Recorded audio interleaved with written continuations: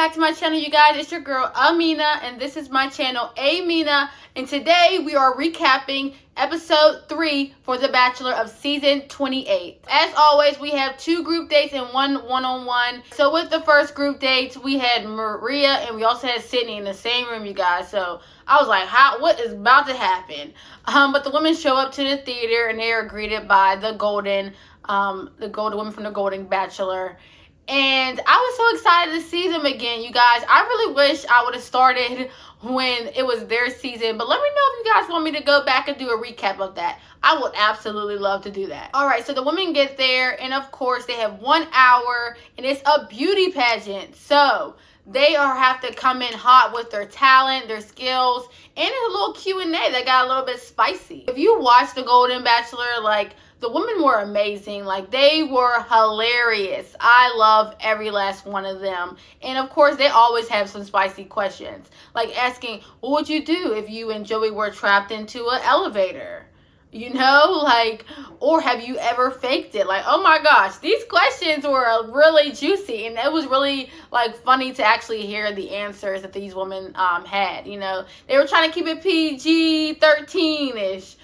With the answers, so I thought it was really fun. And one thing that really stood out to me was Lexi. She really surprised me this episode. She was asked what is the most attractive trait of Joey, and of course we're going to talk about his looks. But she also went deeper. She talked about his personality and how he carries himself, and basically that he pays attention to every single detail, and that's really good in a relationship. And Joey really loved her speech and what she said about him, and so did the Golden Bachelor women as well. Now, another thing that I thought was hilarious was Edwina and her singing. Now, why was everyone telling this woman that she could sing? Now, I know that it's a thought that counts, but it's us, you guys. It's us. It's America. We're talking here. And Edwina cannot sing. She cannot sing, you guys. She cannot sing. I was cracking up. It was hilarious. But what takes the cake for what was so funny is Sydney. Oh my gosh. She was so confident. Oh, I've done this before. None of these women have done this before. Why does Sydney come on stage with this little girl, Shirley and Chance? It was crickets. It was crickets. We were all waiting for the moment for Sydney to get on stage and show us what she has. And that is what you decide to show us? Yeah, you should have stayed on the bench. You should have let the amateurs go do their thing. It was terrible. Oh my gosh. Oh my gosh. But as I stated, Lexi, her talent, she said that she is the best kisser. So of course, Lexi hyped up the crowd and she went in to kiss her man. Absolutely. And a lot of the women were not too happy. Like I said, you guys, there's been a lot of kissing on these group dates. I've never seen it this bad. But I mean, what was Joey gonna do? Tell her no, I'm not gonna kiss you? It was all for fun, and Lexi actually ended up winning the competition, and a lot of women were not happy about that at all. All right, so let's get into the after hours after the group date. A lot of the women were not happy about Lexi winning because they felt like it really wasn't a talent. Any of them could have went up there and did that. But Lexi, you gotta think smarter, not harder. You guys were working harder. Lexi was working smarter. And Joey loved that. And he picked her. A lot of women were angry, but I'm just take that anger to Joey. Joey chose Lexi. You can't be mad at Lexi for outsmarting you guys. And I really liked what she said on her one-on-one date. She opened up to Joey because she felt kind of insecure about having to do that. That wasn't really in her comfort zone, but she wanted to stand out, as she should. Lexi stated, it's not about me or the other women. It's about me and you. And if he's good and she's good, they're good. I don't understand why any other woman is angry about that. Haters. Let them be. And I know I said before that I did not like Kelsey because she came in with that voodoo doll. But I'm a little bit getting past it a little bit. I feel like their conversation was kind of cute. And I think Joey really does like her. There is something there. There's something there. I have to get past that unless the voodoo is working. Who knows? It's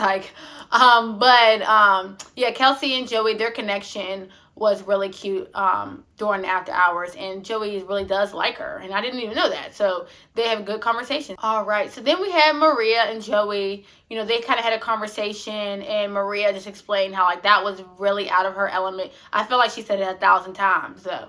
Am I the only one? I feel like she said it 1,000 times. She made it seem like Joey put her up there. You know, I don't think Joey picks the group dates. I really don't think he picks the group dates. But that's what you signed up for. You are here to compete. There are going to be different challenges, different things that are going to push you out of your element. You know, you got to just go with it, you know. But also, I was annoyed a little bit that she shared about how she did not like how Lexi was picked. But, you know, Joey stated, like, it wasn't about the talent. Like, it was about whoever was putting the effort in. And I feel like Lexi put the effort in. You could tell that was out of her comfort zone, but she just did it because she wanted to stand out. You can't be mad at her. And honestly, they were kind of bickering back and forth. But I was like, it kind of seemed like a real relationship, you know? It was like one of those, like, times where you see a couple arguing, you're like, should I be watching this? Should I be here for this? You know? But I respect Maria for being honest and real about how she feels. And I feel like that's going to make their relationship stronger, honestly. All right, so then the night just went, honestly, it went downhill. After he talked to Medina, Joey wanted to know, like, what was going on with Medina. He noticed that there was something going on. But Medina really didn't want to be a snitch in a sense. And she kind of used that word bully. Honestly, I do not feel like there was any bullying going on. And her using that word was very strong. And you know, Joey had to do something about that bullying word. So he went back and he told the women, you know, there's a lot going on. And I heard words like bullying. And that's something that he does not want to be a part of, you know. And he left the girls at that. You know, Medina didn't say any names, which I respect because it's honestly, she said the word bullying, and also in the same sentence, she felt like it wasn't that big of a deal. If it was really bullying, then it would be a big deal. You know what I mean? I just feel like the drama is just too much. It's just stupid. It's pointless. But it didn't even stop there. We went back to the women, and they were sitting there, and, you know, Maria, she's like, what happened? And Medina shared, you know, that she did tell Joey, but she didn't say any names. And then somehow Sydney puts herself in a situation to start talking about how she was bullying Medina. And Maria and Medina already squashed their beef, so I don't understand. And then what was funny, oh my gosh, you guys, what was hilarious was when Sydney just started saying, you're attacking me, I'm going to get up, and if anybody wants to join me. No one got up. Girl, please, just go. You guys, I said it before, I'm going to say it again. I have had enough of Sydney. I have had enough. I've had enough. She needs to go home. She's bringing all this unnecessary drama. These two grown women already fixed their issue. Medina doesn't think that it's that serious for her to tell Joey. Y'all, moving on. But in the end, after the after hours, Kelsey gets the rose, which I really feel like it was very deserving. You know, they had a good conversation. So I'm really happy with Joey's decision with the rose. All right, next we have the one-on-one date, and it is with Jen. As you guys know, I'm a fan of Jen. I picked her as one of my favorites after the first episode. With her interest and everything, with the go-karts, I felt like Joey had a lot of fun with her. So I wasn't surprised when he picked her, you know. So Joey decided to take Jen to go surfboarding. And, you know, Jen, she's never been surfboarding ever. So it was kind of like, okay, we're going to watch them go on this cute date. But no. Let me know if I'm the only one. I feel like the date was boring. I'm sorry, you guys. The date was boring. It was a snoozer. You know, Jen, I feel like, I don't know if it was edited this way, but like, Jen just kept saying how scared she was. Now, Joey was there for her. You know, this is a sport that Joey really, really loves. But I just don't feel like that was the best date for them. They did a lot of kissing and connecting, but I just feel like it was boring for the viewers to watch. Like, I don't know how it personally was with them two there, but I feel like it was a boring date. I feel like she was just very scared, so it wasn't as fun. It wasn't as fun, you know? So their connection, I'm not really crazy. You guys, I'm not really crazy. I'm not sold on this connection. I'm not sold on this date. You know, I don't know what it is, you guys. I honestly feel like Bachelor Nation, you guys can do like a questionnaire of how far the women want to go, because you guys had them bungee jumping, you guys had them surfboarding, like all these like dangerous things, and we need to know if the girls are ready, because if they aren't comfortable with these dates, like some dates, you know, you're gonna be scared to do, but you end up doing it, and it's cute because, you know, the guy, you know, he kind of, you know, comforts the girl, but this one wasn't that. I don't know what it was, but I wasn't in love with it. But I will say I really did like when they went to dinner. Like when the dinner happens, this is when you get vulnerable. And that's what Jen did. Jen was very vulnerable about her upbringing, and she shared that with Joey, and Joey appreciated it. Of course, she gets a rose. And I really loved the lights in the sky that he did for her. Like it was a beautiful ending to the date. Now, I'm not, like I said, I'm not sold on it, you guys. I'm not sold. I'm not. We need a little bit more time. Or maybe a different date. I don't know. I just wasn't sold on that one-on-one, guys.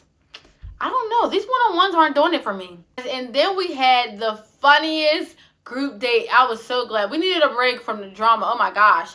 But we had another fun group date, and it was a tennis competition. But not any old tennis competition. They had different costumes. All right, so we had different teams. We had the Beehive. We had Jess and Caitlin.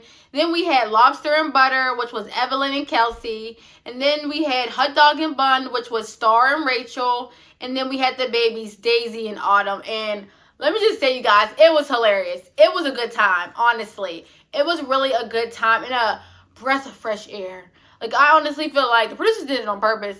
You know, we had the drama group, and then now we have a breath of fresh air. We needed this group date. We honestly did. But these girls brought it, okay? These girls, it was really a competition, you know, but in the end result, we had Lobster and Butter win, and that was Evelyn and Kelsey. So Evelyn and Kelsey get to take home the trophy, and I feel like they were a really good duo, and they brought it. You know, you're going to get Joey's attention by winning these group dates, so really kudos to them, because they were Venus and Serena in the tennis court. All right, so then we also had it after hours after the group date with the women, so I'll tell you who stood out to me. So we actually get to see more of Caitlin, and she was very funny and witty and like bubbly. Like I really started to really like Caitlin. She, like I said, her entrance, she was the chemist, and she saw if they had chemistry. I thought that was really cute, but like I said, she was very witty, bubbly, and also very vulnerable. You know, she shared about her family, you know, how all the women in her family are single, and she's there to break that curse, you know. And I thought that Joey really received that really well, and he's like, well, she comes from a strong group of women, you know, backing and supporting her, and he loves that. So I felt like they had a really good conversation. Then we also had Rachel and Joey. I just feel like their relationship is just effortless, you know.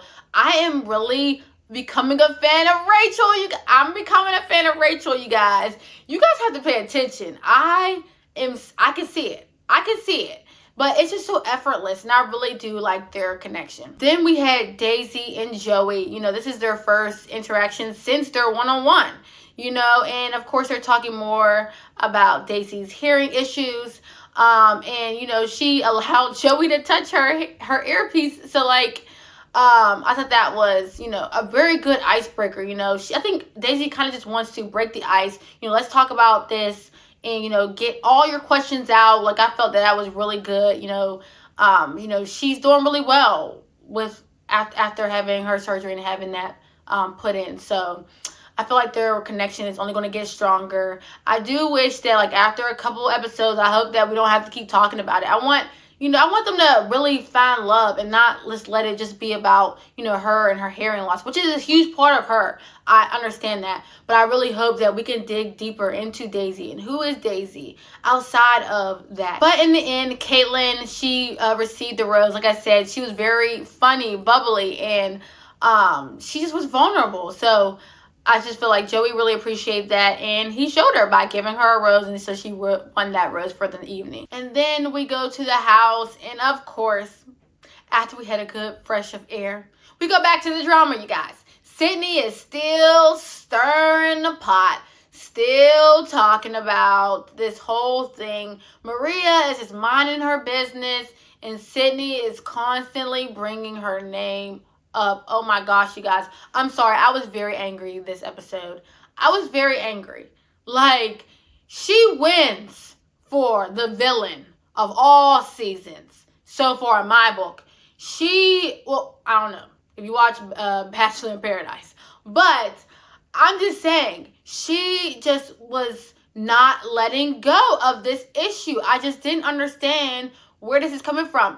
And I started to look at Leia a little bit different. The fact that she sat there with her, like all her friends, you guys all sat with her and didn't tell her that she was wrong. Medina, you fixed the issue with Maria. You guys fixed it. So why is no one saying anything to Sydney? It was crazy to me, you guys. It was crazy, honestly. But we're all thinking like we're going to have a cocktail hour. But no, instead it is a pool party. But it's not a fun pool party, of course. Because why? Sydney is in attendance at this pool party. And she will not let it go. She won't. She won't. The girls were even giving KFC, which I'm a Popeyes girl. But I see you with the advertisements. Bachelor Nation. But, all the girls are having fun, eating food. And, of course, Sydney, she just wants to bring this up to Joey. And I don't have an issue. Just go ahead, whatever. Say what you want to say to Joey. My thing is, tell the truth. Am I the only one that saw that this girl started making up things just to push her agenda towards Maria? And then, Joey, he's like, Sydney doesn't have a reason to lie. And then he decides to pull Maria. And I was very disappointed in Maria. Maria is very outspoken, but I understood why. But, Maria is very outspoken, but she did not stand up for herself the way that I believe that she should have. She should have told him everything. Someone that knows everything about the situation knows that Sydney is a liar, and that she's being dramatic. And even in the beginning, Medina was being dramatic. That's my opinion, you guys. Everyone is just blown this way out of proportion. It was unnecessary. And you really hurt all the rest of the girls that really wanted time to speak to Joey. It was unnecessary, you guys. I was very upset. But Maria did make a good point. Like, did you ask her more questions? And Joey's like, he realized that he needed more questions. Like, what type of facts or evidence do you have against this? So Joey took time to think about it, and it kind of ended the pool party early. It was terrible, you guys. It was terrible. One thing I think that Joey should have done was ask all the other women. Honestly, ask all the other women, and all the other women would have told you. And Sydney, she needs to go. She really needed to go. All right, so in the end result, Teresa, Evelyn, and Star all went home, all because Sydney couldn't keep her mouth closed. You guys, I'm sorry, I was not a fan. I was not a fan of this episode. I feel like I was more angry than I was watching love stories unfold. It was terrible. I do love drama, but this particular episode had my blood boiling.